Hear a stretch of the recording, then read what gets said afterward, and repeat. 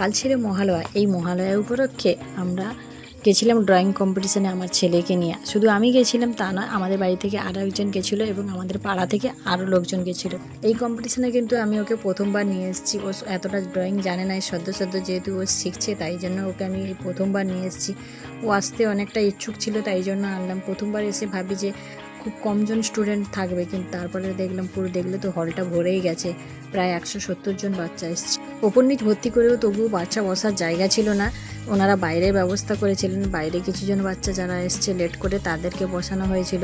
এছাড়া ওনারা একটু ছোটোখাটো টিফিনের ব্যবস্থা করেছিলেন, সেইগুলো ওনার বাচ্চাদেরকে দিয়ে।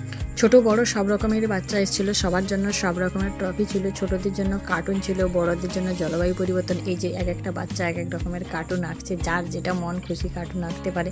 এই জন্য সবাই কার্টুনটা আঁকছে, আর কি সুন্দর কার্টুনগুলো আঁকছে। আমরা যেহেতু বাইরে বসছিলাম তাই জন্য ভেতরে ভিডিও করতে পারিনি। বাইরে বসছিলাম বলে বাইরের বাচ্চাগুলোর ভিডিও করলাম।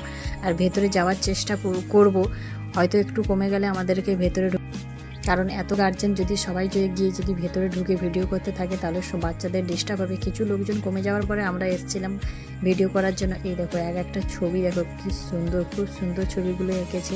এতজন স্টুডেন্টের মধ্যে সবাই যে ফার্স্ট সেকেন্ড থার্ড হবে বা সবাই যে প্রাইজ পাবে তা কোনো ব্যাপার নয়। এরা যে এসছে এতে যে সাহস করে আঁকছে আর সবার সামনে যে বসে আঁকাটা একটা কম্পিটিশান, একটা টাইমের ব্যাপার। ওই টাইমের মধ্যে যে ওরা করছে, এক একটা বাচ্চার ছবি দেখলে সত্যি অসাধারণ। সত্যি ওদের মধ্যে অনেকটাই প্রতিভা আছে, ওরা সত্যি অনেক কিছু করবে হয়তো বড় হয়ে। আমার তো এই ছবিটা সত্যি খুবই অসাধারণ লাগছে, আর ছবিটা এত সুন্দর হয়েছে যে কি বলবো। তো মহালয়ায় সবাইকে শুভেচ্ছা জানাচ্ছি। দেখা হচ্ছে পরের আর